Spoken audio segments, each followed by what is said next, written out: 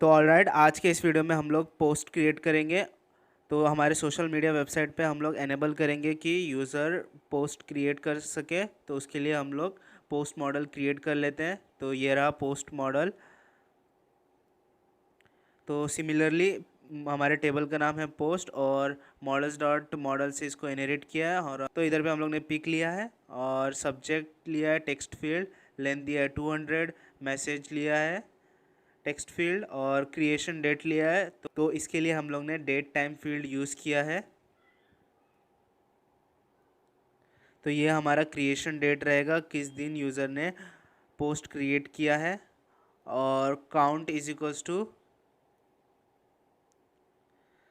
तो काउंट के लिए हम लोग ने इंटीजर फील्ड लिया है। तो काउंट इसलिए यूज़ कर रहे हैं कि कितने लाइक्स मिले हैं इस पोस्ट पे। और कमेंट काउंट में हम लोग काउंट ट्रैक करेंगे कितने कमेंट आए हैं इस पोस्ट के ऊपर। और हम लोग ने क्रिएटेड बाय में फॉरेन की लिया है और यूज़र से इसको लिंक किया है यूज़र टेबल से। और सिमिलरली हम लोग ने इधर भी इसको कैस्केड किया है ताकि पोस्ट डिलीट हो तो ये लिंक भी डिलीट हो जाए। और इधर पे हम लोग ने डेफ फंक्शन की हेल्प से स्ट्रिंग मेथड को ओवरराइड किया है और पोस्ट का सब्जेक्ट हम लोग रिटर्न करा रहे हैं। तो ये हमारा पोस्ट मॉडल क्रिएट हो गया है। तो चलो सर्वर को पहले बंद कर लेते हैं कंट्रोल सी की हेल्प से। और सबसे पहले माइग्रेशन कमांड की हेल्प से पोस्ट का टेबल क्रिएट करते हैं डेटाबेस में। तो उसके लिए कमांड यूज़ करेंगे हम लोग पाइथन manage.py मेक माइग्रेशन। और इस बार हम लोग ऐप का नाम भी मेंशन करेंगे क्योंकि हम लोग को पता है कि हम लोग ने सिर्फ हमारे कोर ऐप के अंदर चेंजेस किए हैं। तो स्पेस देके हम लोग हमारे ऐप का नाम दे देंगे जो है कोर। और ऐप का नाम मेंशन करने के बाद हम लोग एंटर करेंगे तो टेबल क्रिएट हो जाएगा। तो जैसा कि इधर देख सकते हैं कि पोस्ट का टेबल क्रिएट हो गया है सक्सेसफुली। अब माइग्रेट कमांड की हेल्प से हम लोग ये चेंजेस पूरे प्रोजेक्ट में रिफ्लेक्ट करा देते हैं।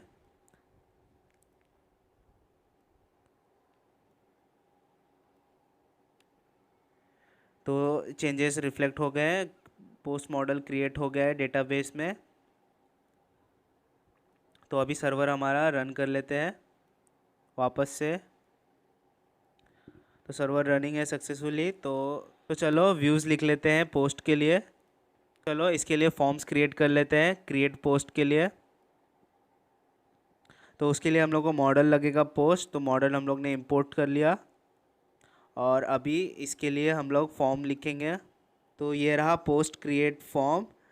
और इसको हम लोग ने इसमें से हम लोग ने क्लास मेटा में हम लोग ने बता दिया कि model is equals to post है। और फील्ड्स में हम लोग को सिर्फ सब्जेक्ट चाहिए, मैसेज चाहिए और पिक चाहिए और बाकी कोई भी फील्ड हम लोग ने नहीं लिया है। तो ये सारी चीज़ें मेंशन करने के बाद फॉर्म क्रिएट हो जाएगा इसका।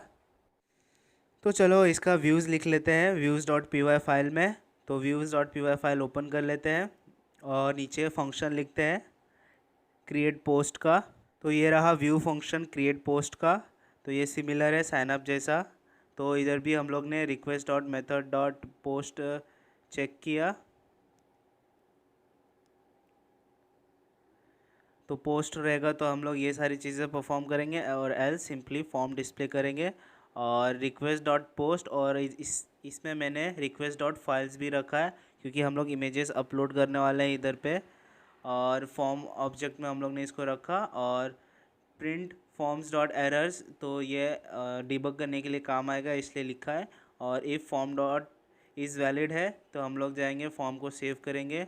और upload by request dot user से हम लोग को पता चलेगा कि कौन से यूज़र ने रिक्वेस्ट भेजी है और उसको हम लोग इधर पे बता देंगे कि ये अपलोड इस यूज़र ने किया है। और यूज़र डॉट सब्जेक्ट में हम लोग forms dot clean data dot gate की हेल्प से सब्जेक्ट, मैसेज और पिक का वैल्यू लेके असाइन कर देंगे रिस्पेक्टिव कॉलम में और रीडायरेक्ट कर देंगे पोस्ट पे। तो पोस्ट हमारा ये यूआरएल होगा जहाँ पे सारे यूज़र के क्रिएट हुए पोस्ट होंगे। तो अभी हम लोग ने ये क्रिएट नहीं किया, आगे चल के क्रिएट करेंगे।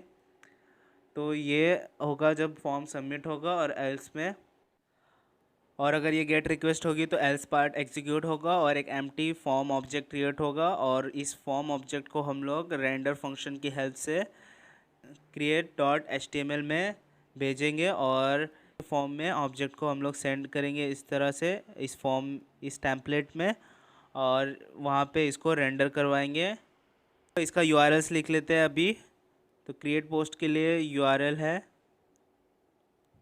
तो इसके लिए हम लोग ने पाथ यूज़ किया है। तो पाथ में हम लोग सिंपली user/post, तो ये URL क्रिएट होगा। तो अभी हम लोग क्या करेंगे, इंक्लूड core.urls, ये भी एक तरीका है URLs को लोड करने का। तो अभी हम लोग ने इधर पे इंक्लूड यूज़ किया है, तो इंक्लूड को हम लोग इंपोर्ट कर लेते हैं। तो अभी इससे क्या होगा, core.urls में ये जाके चेक करेगा, पहले ये मैच करेगा, user/post मैच हुआ, फिर ये देखेगा इधर पे बोला है कि इंक्लूड करो कोर का URLs, तो अब ये जाएगा और कोर का URLs को रीड करेगा और उधर पे इसके आगे का जो भी पार्ट होगा वो मैच करेगा, और वो मैच होने के बाद वो वाला फंक्शन वहाँ से एग्जीक्यूट करेगा।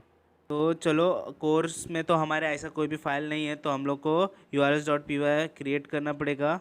कोर फोल्डर पे राइट क्लिक करके हम लोग न्यू फाइल बना लेते हैं, urls.py फाइल, और urls.py फाइल के अंदर हम लोग फिर कुछ कोड पेस्ट करते हैं।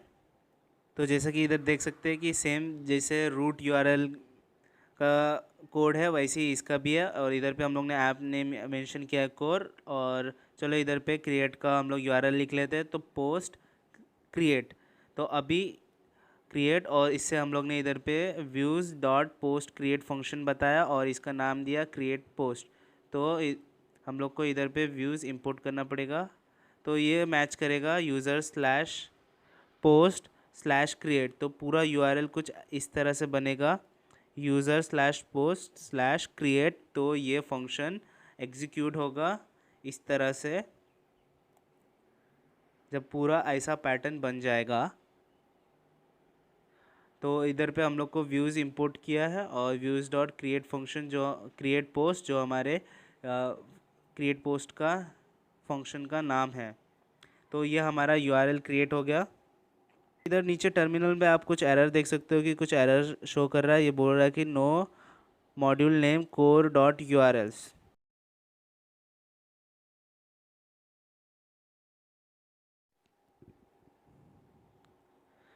तो एक्चुअली इधर देख सकते हैं कि urls.py मैंने गलत फोल्डर में डाल दिया, टेम्पलेट्स के फोल्डर में डाल दिया है।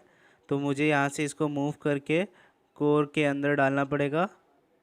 यहाँ पे मैंने इसको मूव कर दिया, और अभी मैं सर्वर को वापस से स्टार्ट करता हूँ बंद करके, तो ये एरर चला जाएगा। तो जैसा कि देख सकते हैं कि एरर अभी नहीं आ रहा है। तो ये सक्सेसफुली हमारा ये URL क्रिएट हो गया। आज के इस वीडियो में बस इतना ही। आई होप आपको ये वीडियो पसंद आया होगा। आने वाले नेक्स्ट वीडियो में हम क्रिस्पी फॉर्म्स के बारे में जानेंगे और देखेंगे कि किस तरह क्रिस्पी फॉर्म को यूज़ करके हम फॉर्म्स क्रिएट कर सकते हैं। तो अगर आप मेरे चैनल पर नए हो तो प्लीज़ चैनल को सब्सक्राइब कर लो और बेल नोटिफिकेशन को दबा दो और अपने फ्रेंड्स के साथ शेयर कर दो जो भी वेब डेवलपमेंट सीखना चाहते हैं। Thank you so much.